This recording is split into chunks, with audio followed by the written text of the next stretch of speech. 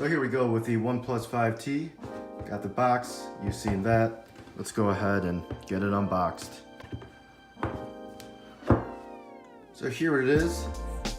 Got that 18:9 aspect ratio front, 6 inches. You know, pretty much minimizing the bezels quite a bit from other phones. And that awesome Sandstone White.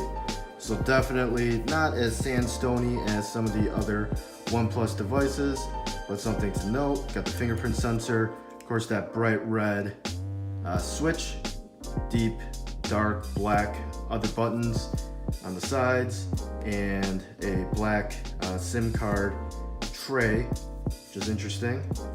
But of course you have the bottom speaker, you have USB-C port, and guessing microphone, as well as a headphone jack, all important headphone jack, front facing camera, earpiece, and of course the cameras on the back, one for regular light, one for low light, and the flash fingerprint sensor again, and the OnePlus logo. So there it is. Here's the phone. Set that aside for now. And inside the box we have really nice packaging. You have the SIM card eject tool, quick start guide, other paperwork, some warranty information. Of course you got that Never Settle branding, OnePlus logo, and you got a nice little clear TPU case. Not bad, little freebie. As you would expect, perfect fit. Of course, the bright red USB-C cable that OnePlus is known for, and the dash charger itself. Really excited to try that out. This is my first device with dash charge.